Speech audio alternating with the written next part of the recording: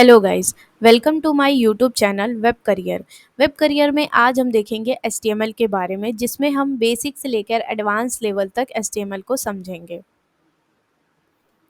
तो सबसे पहले हमारे माइंड में ये आता है कि व्हाट इज़ एचटीएमएल। एचटीएमएल एक हाइपरटेक्स्ट मार्कअप लैंग्वेज है जिसका यूज़ हम वेब पेज के स्ट्रक्चर को बनाने में करते हैं। अब हाइपरटेक्स्ट मार्कअप लैंग्वेज क्या है? हाइपरटेक्स्ट मीन्स एक टेक्स्ट जिसके ऊपर किसी अनदर वेबसाइट का लिंक अवेलेबल हो। मीन्स जब यूज़र उस पर क्लिक करे तो आपको एक अनदर वेबसाइट ओपन हो जाए आपके सामने, तो उस टेक्स्ट को हम कहेंगे कि ये टेक्स्ट हाइपर टेक्स्ट है। मार्कअप लैंग्वेज क्या होती है? मार्कअप लैंग्वेज एक कंप्यूटर लैंग्वेज है जो कि हमारे टेक्स्ट डॉक्यूमेंट पे लेआउट एंड फॉर्मेटिंग अप्लाई करने के लिए यूज़ होती है। जैसे कि हम वेबसाइट में टेबल देख सकते हैं, इमेजेस होती हैं हमारे वेबसाइट में, तो वो हम बैकएंड में इसके लिए तो कोड लिखा है हमने एचटीएमएल में। हमें वो इमेज कैसे दिख सकती है डायरेक्ट, वो उसके लिए हम क्या करते हैं, मार्कअप लैंग्वेज होती है जो कि हमारे टेक्स्ट को कन्वर्ट कर देती है इमेज एंड टेबल में। तो इसका पूरा ये हो गया कि हाइपर टेक्स्ट मार्कअप लैंग्वेज क्या है। अब बात करते हैं, कोई भी लैंग्वेज पढ़ने से पहले हमारे माइंड में ये आता है कि हम इसे पढ़े क्यों, इसके बेनिफिट्स क्या हैं, इसमें करियर क्या है। तो यही पॉइंट है वाई लर्न एचटीएमएल। तो सबसे पहले गाइज बता दूं, ये बेसिकली वेब पेज क्रिएट करने के लिए है, वेबसाइट बनाने के लिए है। और अगर आपने अच्छा से एचटीएमएल सीएसएस पढ़ लिया तो आप खुद का करियर बना सकते हैं वेब डिज़ाइनिंग में। तो ये मोस्ट इम्पॉर्टेंट पॉइंट्स हैं एचटीएमएल के। अब बात करते हैं वर्जन्स की। तो सबसे पहले जो वर्जन आया था 1.0 इन्वेंट हुआ था, जो कि टिम बर्नर्स ली ने किया था 1991 में। दूसरा, उसके बाद इसको रिलीज़ कब किया गया? 1993 में 1.0 को रिलीज़ किया गया। उसके बाद 1995 में 2.0 पब्लिश हुआ। देन 1997 में 3.0 को इन्वेंट हुआ था। उसके बाद 1999 में एचटीएमएल 4.0 आ गया था, जिसको बहुत लोग यूज़ भी करने लगे थे। अब देन उसके बाद 2014 में एचटीएमएल 5.0 रिलीज़ हुआ, जो कि करेंटली यूज़ भी हो रहा है। यही एचटीएमएल का करंट वर्जन है। अब बात करते हैं एडिटर्स की कि कौन कौन से एडिटर यूज़ करने चाहिए। तो सबसे पहला एडिटर है Notepad, Visual Studio, then Sublime Text. आप इनमें से चाहे कोई भी यूज़ कर सकते हैं। और मैं बता दूं, इसके लिए ऑनलाइन एडिटर्स भी अवेलेबल है। आप वहाँ साइट पर जाकर अपना कोड लिख सकते हैं, देन उसका रिजल्ट एज इट इज़ देख सकते हैं। बात करते हैं बेसिक स्ट्रक्चर की। तो बेसिक स्ट्रक्चर सबसे पहले मैं बता दूं कि एचटीएमएल पूरा का पूरा टैग बेस पे है।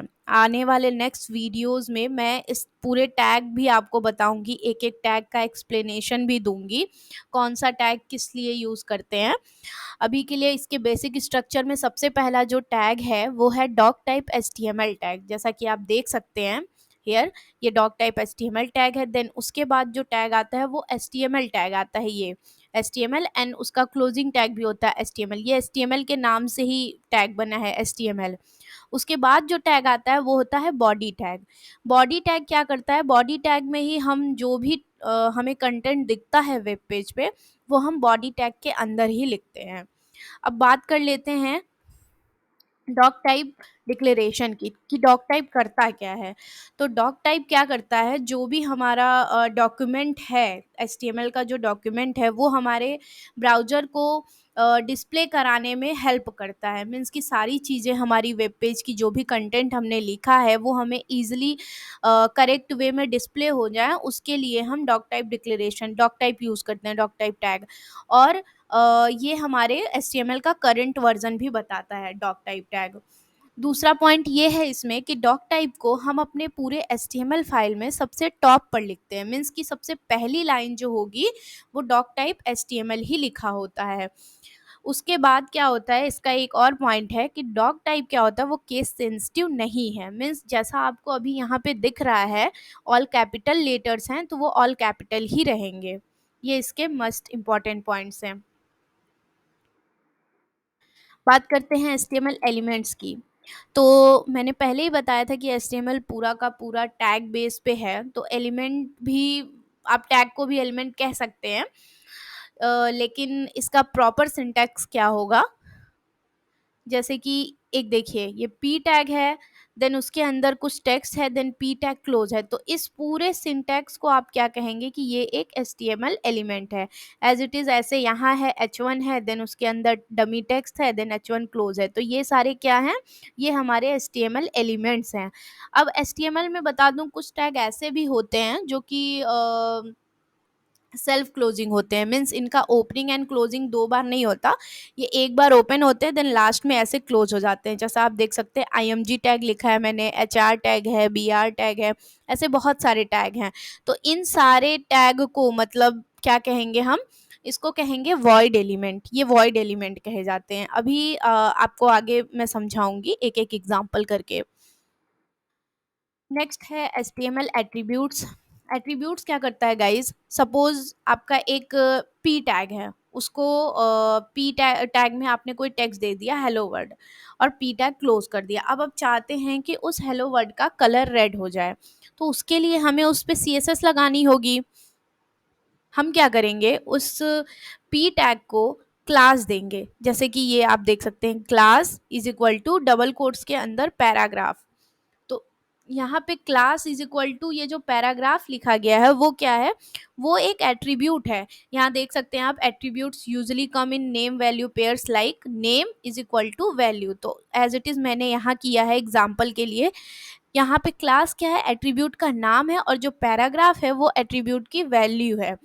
और एट्रीब्यूट को हमेशा जो ओपनिंग टैग होता है उसके स्टार्टिंग में लिखते हैं, ना कि क्लोजिंग टैग पे लिखते हैं। जब टैग ओपन करते हैं उसी टाइम एट्रीब्यूट डिफाइन करते हैं। एट्रीब्यूट हमें बेसिकली उस टैग का एक एक्स्ट्रा इंफॉर्मेशन देता है। सपोज हमें ये पता है कि पी टैग है, लेकिन class is equal to paragraph क्या है, ये बता रहा है कि पी टैग का एक क्लास है, एक एक्स्ट्रा इंफॉर्मेशन दे रहा है वो। तो बेसिकली एट्रीब्यूट इसीलिए है, यही है एट्रीब्यूट।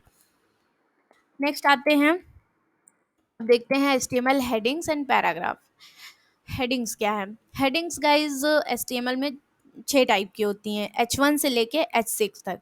तो H1 टैग होता है, H2 टैग होता है, यहाँ आप देख सकते हैं हेडिंग 1, हेडिंग 2, हेडिंग 3, 4, 5, 6। और H1 जो होता है मोस्ट इम्पॉर्टेंट टैग होता है, मतलब बहुत ही ज़्यादा जो आपका टेक्स्ट मोस्टली यूज़ हुआ है, बहुत बोल्ड दिखाना चाहते हैं आप, उसको हम H1 में लिखते हैं।